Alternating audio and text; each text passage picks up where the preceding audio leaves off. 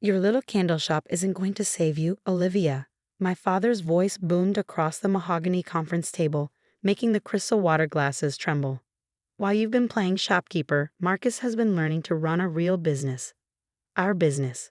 I sat there in my simple black blazer, watching my brother's smug smile grow wider as our father continued his speech about legacy and responsibility. The Anderson Group's quarterly board meeting had turned into another opportunity to remind everyone why Marcus was the golden child and I was the disappointment. My name is Olivia Anderson, and at 32, I'd spent the last 5 years building Haven and Light, my artisanal candle company, while my family built their luxury hotel empire. To them, my business was a cute hobby, something to keep me occupied while Marcus, my younger brother, learned the intricacies of running their $15 million hospitality group. The Anderson Group needs strong leadership, my father continued, straightening his Rolex. That's why today, I'm officially announcing Marcus as my successor and CEO of our entire operation. The board members nodded approvingly. Of course they did. They'd watched Marcus grow up, seen him graduate from business school, and observed him taking on more responsibilities. What they didn't see was how he cut corners, manipulated numbers, and charmed his way through every crisis. My mother touched my arm gently, her diamond bracelet catching the light. Darling, don't look so glum. This is for the best. You have your creative outlet. Not everyone is cut out for the corporate world. I wanted to tell her about Haven and Light's growth projections, our expanding product lines, and the major retailers courting us for exclusive collections. But I'd learned long ago that in this room, my achievements might as well be written in invisible ink. Marcus leaned back in his chair, adjusting his custom-made suit. Don't worry, sis. Maybe we can stock your candles in our hotel gift shops, as a family favor. The condescension in his voice made my blood boil, but I kept my expression neutral. What my family didn't know was that while they were dismissing my little shop, I'd been building something extraordinary, something that would prove more resilient than their empire of marble lobbies and champagne brunches. Later that evening, as I closed up my flagship store in downtown Portland, I couldn't help but smile at the irony. The space that my parents had called charmingly modest had just been featured in Luxury Lifestyle magazine as one of the most innovative retail concepts in the Pacific Northwest. My phone buzzed with a text from my best friend and business partner, Sarah. Just got the numbers from the West Coast buyers. You're going to want to see this. I locked up and headed to my office above the shop, where the scent of my latest creation, a complex blend of cedar, sage, and sea salt, filled the air. The space was everything my parents' corporate headquarters wasn't. Warm, inviting, alive with creativity. Vintage wooden shelves lined the walls, displaying our hand-poured candles alongside the stories of their creation. Each product had its own tale, its own purpose. Sarah was waiting at my desk, practically bouncing with excitement. Nordstrom wants to triple their order for the holiday season. And that's not even the best part. I sat down, taking in the spreadsheets on her laptop. The numbers were staggering. Our sustainable practices and unique marketing approach had caught the attention of major retailers across the country. We weren't just selling candles.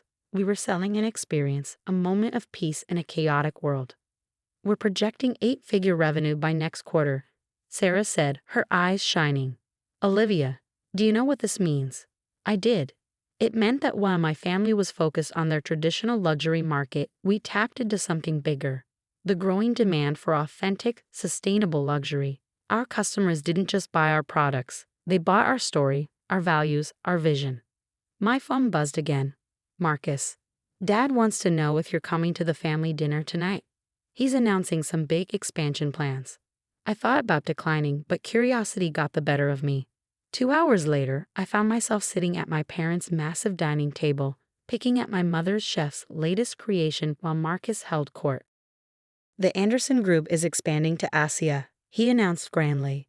We're leveraging everything to build 3 new properties in Singapore, Bangkok, and Tokyo. It's going to revolutionize our brand. My father beamed with pride, but something in Marcus's voice set off alarm bells. I'd spent enough time in business to recognize the slight tremor of uncertainty beneath the bravado. Leveraging everything. I asked carefully, that sounds risky in the current market. Marcus waved off my concern. This is why you stick to candles, sis. You don't understand the big picture. Sometimes you have to take big risks for big rewards. My mother nodded sagely. Your brother knows what he's doing, Olivia. The Anderson Group has always been about bold moves. I wanted to point out that bold moves weren't the same as reckless ones, but I held my tongue. Instead, I excused myself early, citing inventory duties at the shop. As I drove home, I couldn't shake the feeling that something was wrong. The next morning, I called James Turner, an old college friend who now worked in international finance. "Can you look into something for me?" I asked. "The Anderson Group's Asian expansion. Something feels off." A week later, James's findings confirmed my worst fears. The company was over-leveraged, taking massive loans against their existing properties to fund the expansion. One market downturn, one project delay, and the whole house of cards could collapse. I debated warning my father, but past experience had taught me he wouldn't listen. To him, I was still the daughter who'd chosen to play with candles instead of joining the family business. So I focused on my own company, continuing to build Haven and Light with the same careful attention to detail that had gotten us this far. Each new product launch was meticulously planned, each expansion calculated and sustainable. 3 months later, the first cracks in the Anderson Group's facade began to show. Construction delays in Singapore made the news. Cost overruns in Bangkok raised eyebrows in the industry. Marcus's confident smile started to look strained around the edges. One evening, as I was experimenting with new scent combinations in my workshop, my father showed up unannounced. He looked older than I'd ever seen him, his usual commanding presence diminished.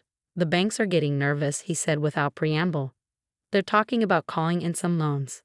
I set down the essential oils I'd been blending. "How bad is it?" He sank into one of my comfortable workshop chairs, looking out of place in his expensive suit. Marcus assured me he had it under control. Said he had contingency plans. "But now you're not so sure." I finished for him. He picked up one of my candles, turning it over in his hands.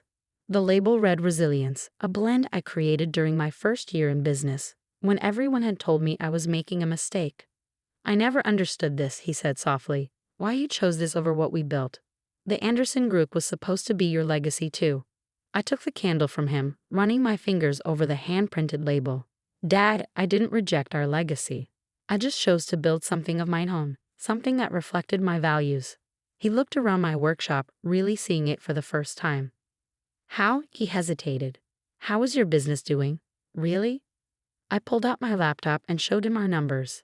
His eyes widened as he scrolled through the projections, the purchase orders, the growth metrics.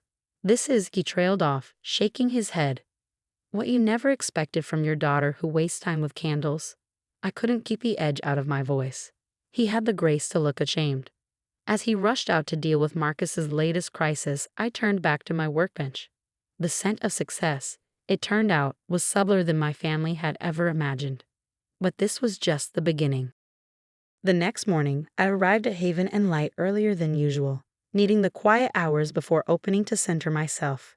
The headlines were already circulating through the business community. Anderson Group faces investor exodus. Luxury hotel empire on shaky ground. Sarah burst through the door just as I was arranging our newest collection in the front window. "Have you seen this?" She thrust her tablet at me, displaying the Wall Street Journal's latest article. "Your brother's expansion plan is falling apart faster than anyone expected." I scanned the article, my stomach tightening at phrases like potential fraud and misrepresented financials.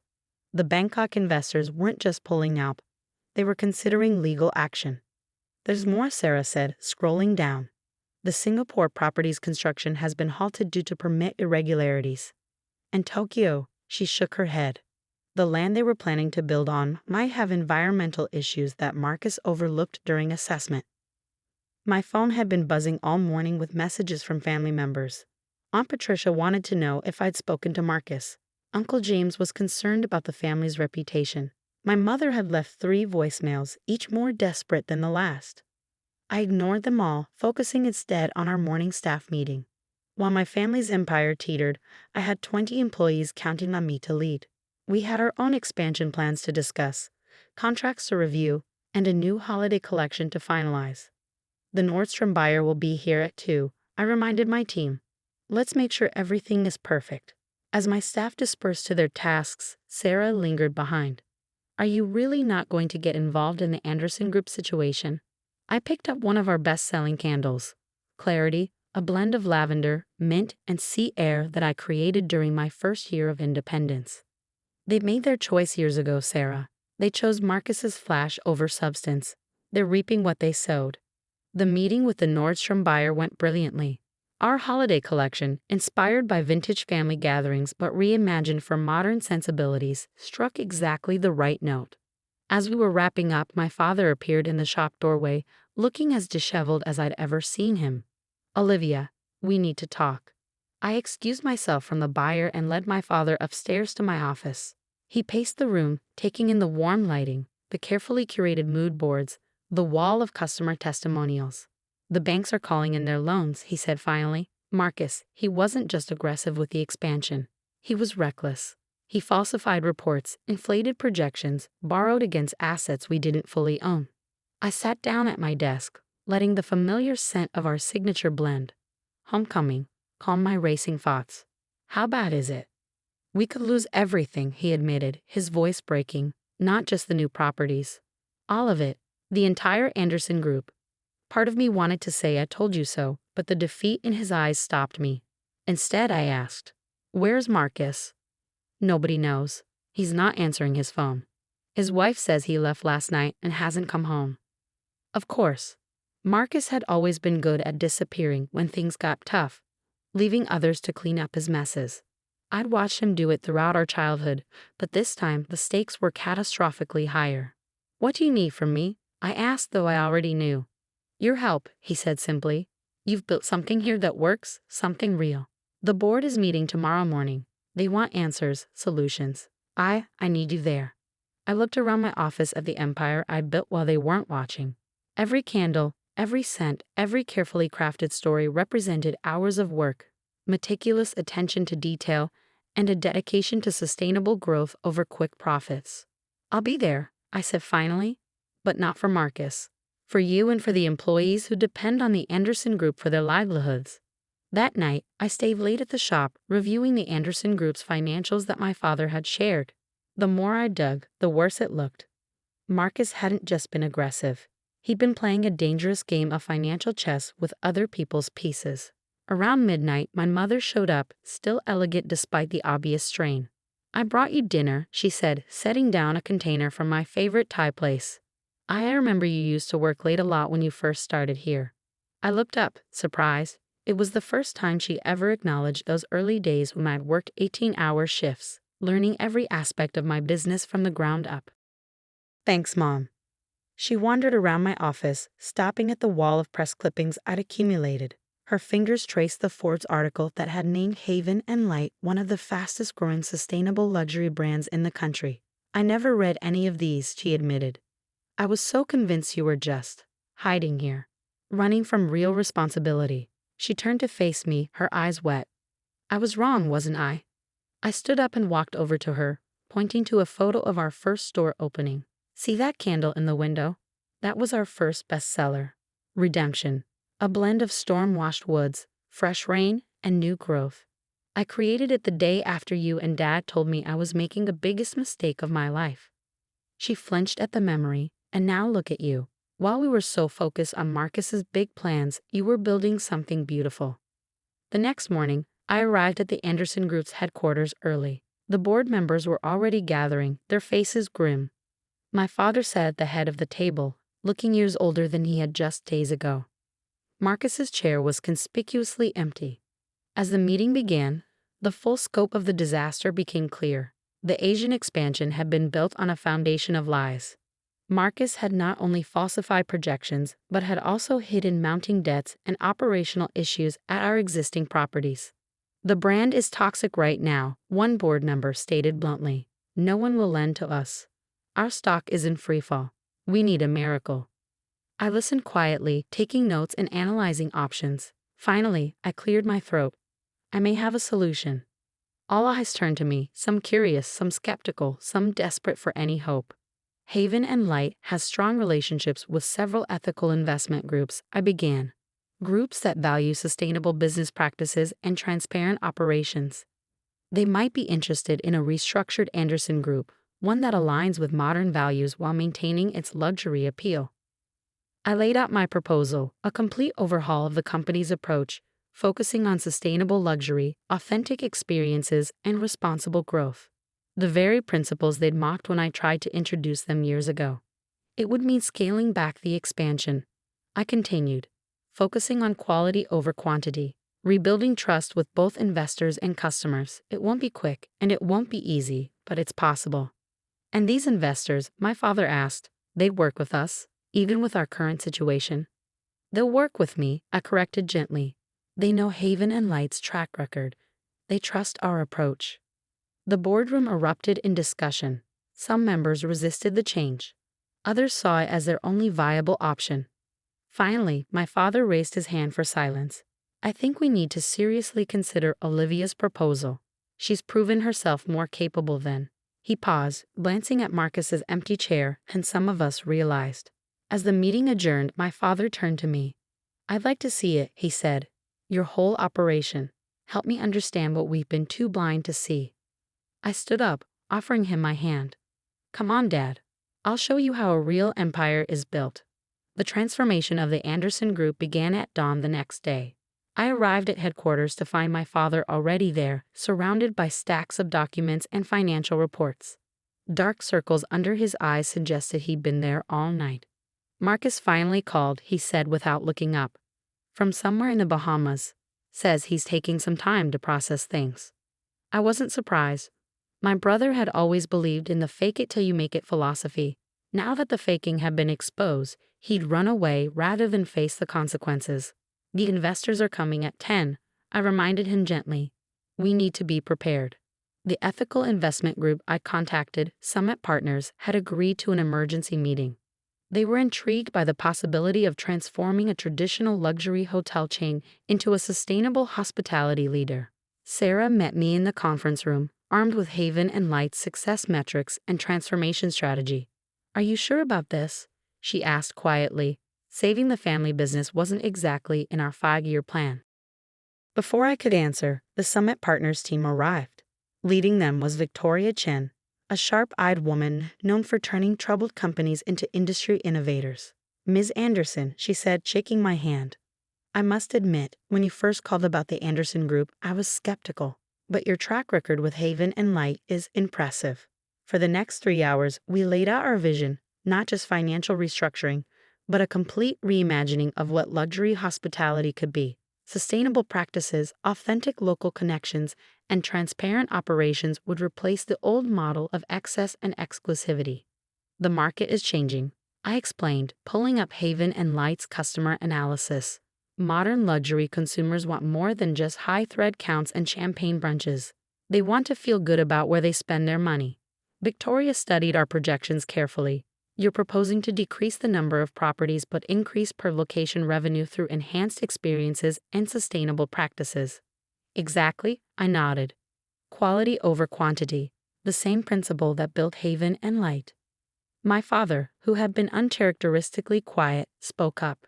My daughter has shown us a different way of doing business, one we should have seen years ago.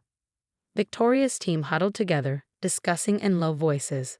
Finally, she turned back to us. We're interested, but we have conditions. First, complete transparency about the current financial situation. Second, we want Olivia to lead the transformation. I felt my father stiffen beside me.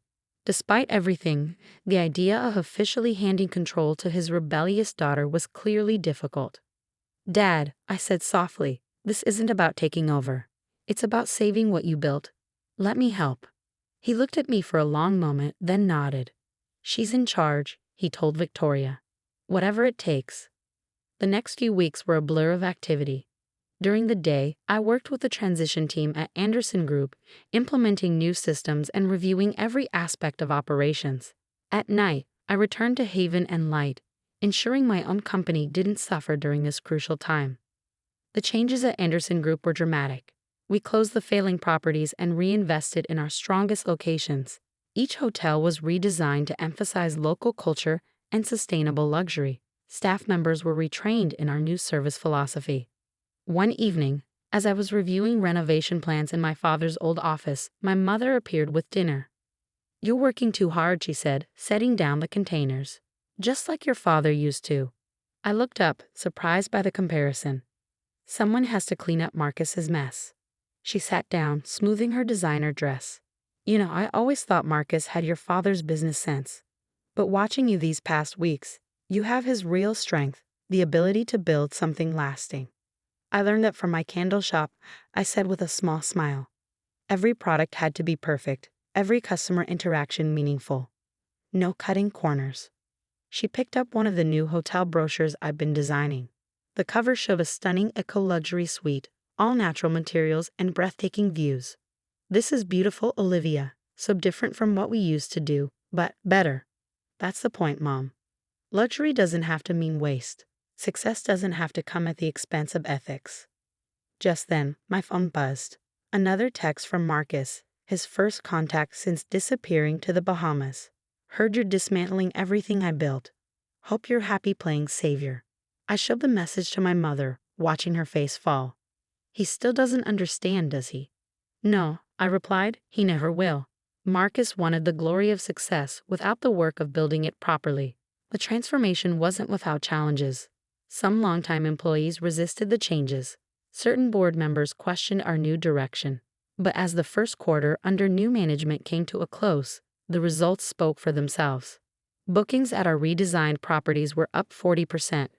Customer satisfaction scores had never been higher.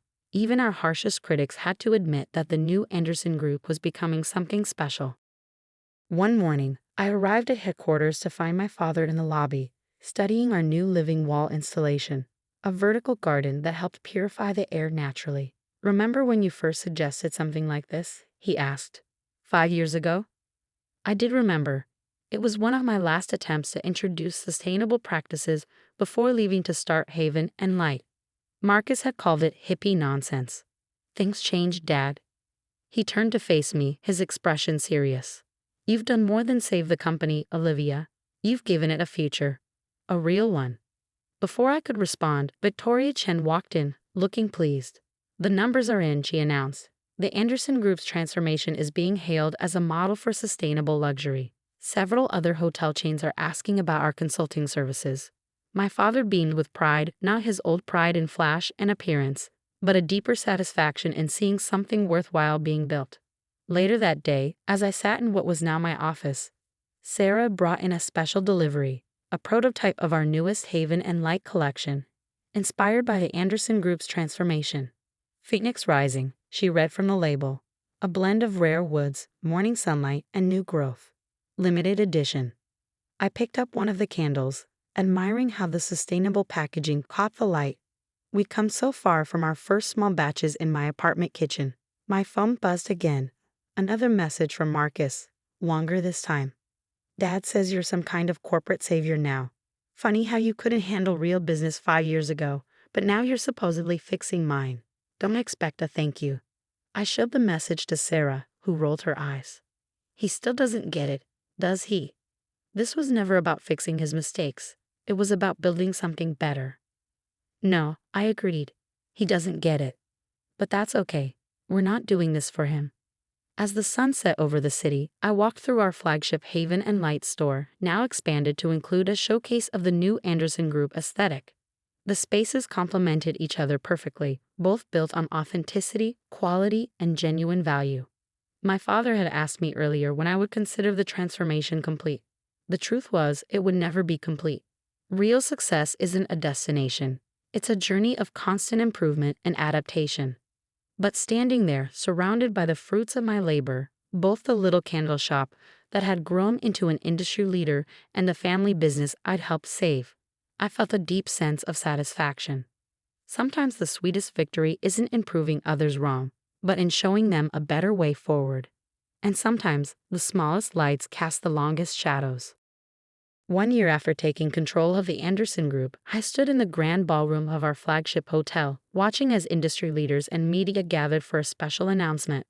The space had been transformed like everything else, featuring living walls, sustainable materials, and subtle lighting that made everything glow like candlelight. Haven and Light had just opened its 20th store, and the Anderson Group had successfully renovated all remaining properties to align with our sustainable luxury vision. Today, we would announce the merger of both companies under a new umbrella, Anderson and Haven International. Ready for this? Sarah asked, adjusting my blazer. She'd been my rock through everything, managing Haven and Light's explosive growth while I juggled the hotel transformation.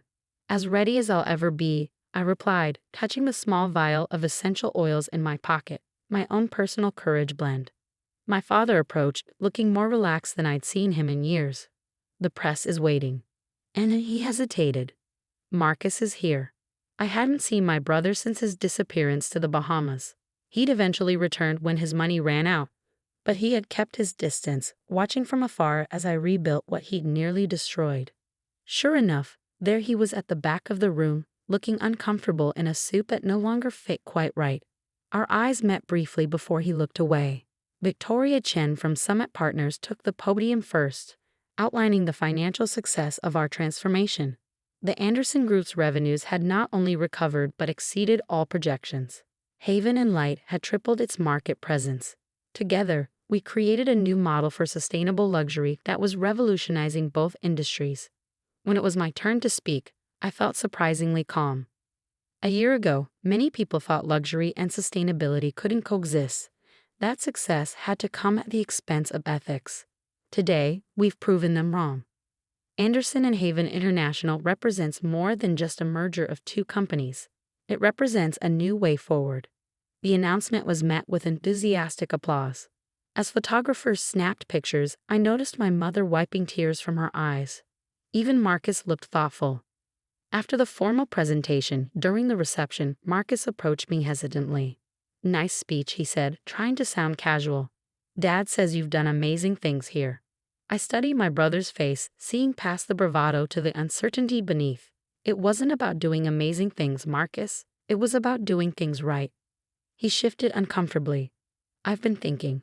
Maybe I could learn, start from the bottom, really understand the business this time." I smiled, remembering my own journey. The gift shop at our Denver property needs an assistant manager. Long hours, lots of inventory work, customer service. Interested? He blinked, clearly expecting a more prestigious offer. But then, surprisingly, he nodded. "Yeah, actually, I think I am." Later that evening, as the celebration wound down, I found myself in my office at Haven and Light, surrounded by the scents that had started it all. Sarah brought in 2 glasses of champagne. "Remember when this was just your little candle shop?" she asked, handing me a glass. I picked up our first candle mold, now preserved in a glass case. Seems like a lifetime ago. My father knocked on the door, joining us with his own champagne. "Your mother's organizing some kind of family dinner to celebrate. She's actually cooking herself. God help us all." I laughed, remembering the last time my mother had attempted to cook. "Tell her we'll be there. But first," I pulled out a small box from my desk. "I want you to have this." Inside was a custom-made candle, one I'd been working on for months. The label read Legacy, a complex blend of old and new, tradition and innovation. "I made this to remind us where we came from and where we're going," I explained as he opened it.